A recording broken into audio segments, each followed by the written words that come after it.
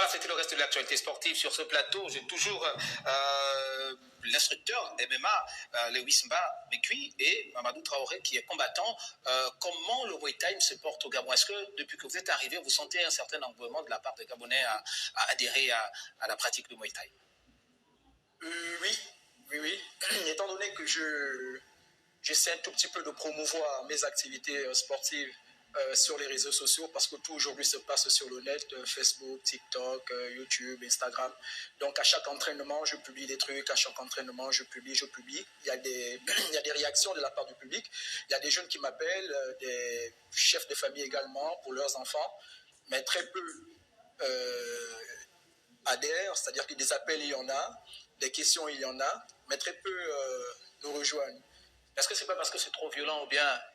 Bon, violent, je dirais pas. Je pense pas que nos sports ils soient violents, quoi qu'il ait du sang par moment. La violence, elle est à l'extérieur. La violence, elle est chez l'homme qui bat sa femme. Lui, il est violent. Nous ne sommes pas violents. Bien au contraire, on cherche à apprivoiser cette violence-là qui est inhérente à la nature humaine. Nous ne sommes pas des personnes violentes. C'est deux adultes qui s'entendent pour s'échanger quelques coups et puis quelques expériences martiales. Donc, pour revenir à la question que vous m'avez posée, actuellement, je suis en phase promotionnelle.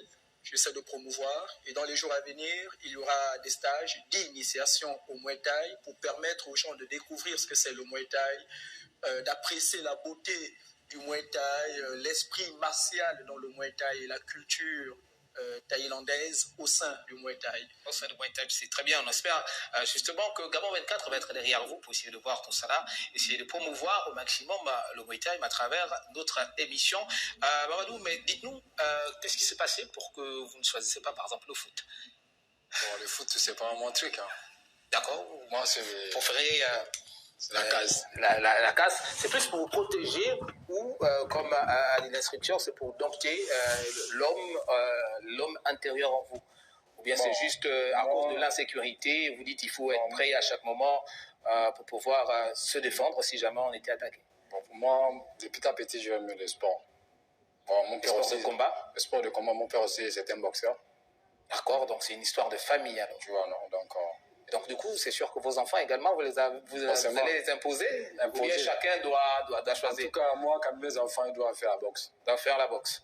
Et vous dites que le Muay Thai, mais également en offre, on le disait, on peut faire du Muay Thai, du MMA, mais également de la boxe anglaise. Oui. Vous avez combattu en MMA à Yaoundé. Est-ce que vous pensez un jour aussi combattre en boxe anglaise? Est-ce que vous avez déjà pensé à ça? Oui, moi ça me dérange pas. J'ai pu boxer en boxe anglaise, ça me dérange pas. De boxer? Moi, toutes les combats de ring quand même, je suis prêt. Ah, d'accord. De toute façon, ça se voit, parce que quand on voit l'instructeur, on a comme l'impression qu'il impulse une certaine dynamique aux combattants. Dites-nous, quelles sont vos perspectives pour l'avenir en ce qui concerne votre structure et la promotion du Muay Thai? Vous avez parlé déjà de ces journées-là d'initiation des stages. Au Muay Thai, des stages. Aujourd'hui, vous dites que vous êtes en train d'essayer de vous mettre à jour, administrativement parlant. Une fois vous allez vous mettre à jour, qu'est-ce que vous pensez? Qu'est-ce que vous comptez faire juste après? Outre les stages organisés par moi-même et animés par moi-même, j'entends également, j'ai des petits contacts ça et là.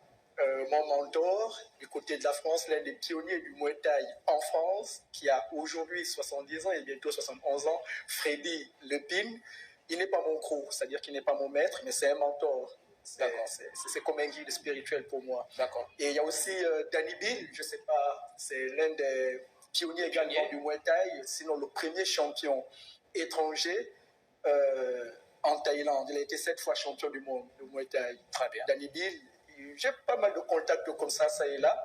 Est-ce que ça veut dire qu'on peut espérer voir tout ce beau monde un jour au Gabon, peut-être pour animer un stage c'est un souhait. C'est un souhait. Je discute avec eux tout le temps et nos entraînements, j'en vois souvent pour qu'ils portent quelques critiques parce que je suis très rigoureux. Je suis très rigoureux et très martial dans ma façon d'enseigner et parfois les gars, il y a souvent des petits différends sportifs entre nous. Donc j'essaie de profiter de l'expérience des aînés et des pères qui sont devant. On s'entraîne et j'envoie des vidéos. Maintenant, pour l'avenir, il y a pas mal de projets. Mais un projet n'a d'existence que sa réalisation. Bien sûr. C'est cela ma philosophie. C'est-à-dire qu'on ne parle pas d'un projet tant qu'on ne l'a pas réalisé. On en parle soi-même lorsqu'on est encore en phase élaboratoire et qu'on élabore le projet. Et on en parle le mieux lorsqu'il est déjà sur pied. On le commande. De toute façon, nous, c'est tout le bien qu'on vous souhaite, de manière à ce que le Muay Thai, comme les autres arts, et le MMA, on insiste dessus, le Muay Thai et le MMA. D'accord, donc les deux vont de pair. Il n'y a pas l'un sans l'autre. Ah non. D'accord, très bien. Nous, pour la suite de cette émission, on parle de Honda avec justement notre sujet, les règles de sport.